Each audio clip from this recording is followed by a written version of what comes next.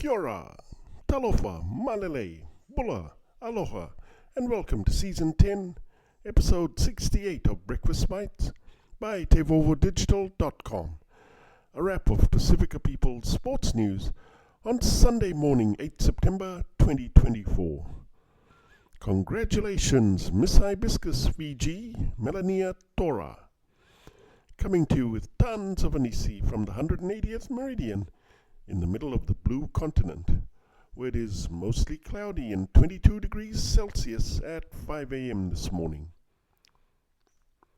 In rugby union, in the Asahi Super Dry Pacific Nations Cup, Japan beat USA 41-24 in Kumagaya earlier today to take the top spot in Pool B with Fiji top of Pool A. And in the Rugby Championship, South Africa came from behind to win their fourth successive test against the All Blacks, 18-12 this morning, to remain unbeaten in the Rugby Championship.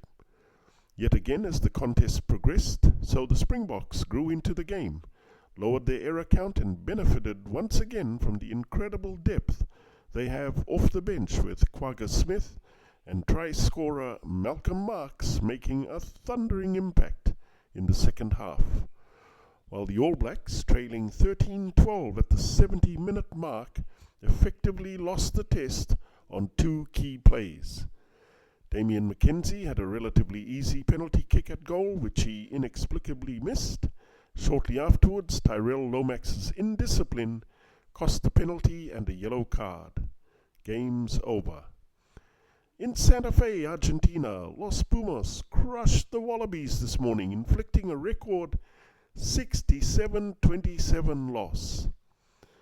In Rugby League, the Titans held a shock 6-4 lead at halftime after outplaying the three-time reigning premiers in the opening 40 minutes at Penrith Park. But the Panthers rallied to beat the Gold Coast Titans 18-12 last night to secure a home qualifying final for the 5th year in a row. However, what was obvious is Penrith need Nathan Cleary back if they're to have any chance of winning a record fourth straight NRL Premiership. In sports biz, it's been 6 years since Nike parted ways with tennis icon Roger Federer.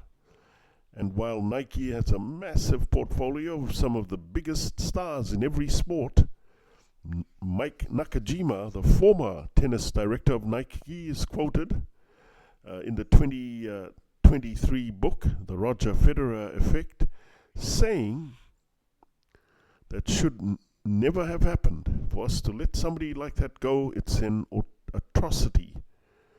That looks more and more correct as Federer continues to shine in retirement.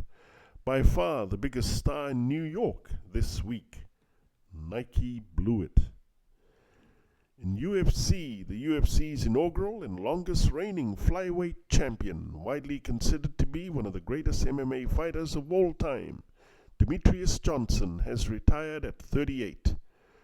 After beating Joseph Benavidez in the final of the 2012 UFC flyweight tournament, Demetrius went on to reign supreme over the 125-pound division for 2,142 days. Along the way, he broke records for the most consecutive U.S. title defenses, 11, the most submissions in UFC title fights, 5, and the longest winning streak in UFC flyweight history, 13. In the Paralympics in Paris, at the same stadium where his wife, Tara Davis Woodhall, won Olympic gold just 3 weeks ago, American Blade Runner Hunter Woodhall surged to an emotional first career Paralympic gold medal in the men's 400-meter T62. Finally, at the US Open at Arthur Ashe Stadium, Flushing Meadows. In the women's final, American Jessica Pegula went down fighting 7-5, 7-5 to world number 2, Arina Sabalenka from Belarus, in front of a star-studded, sold-out partisan crowd in New York. American hope Taylor Fritz plays world number 1, Jannik Sinner, in the men's final tomorrow.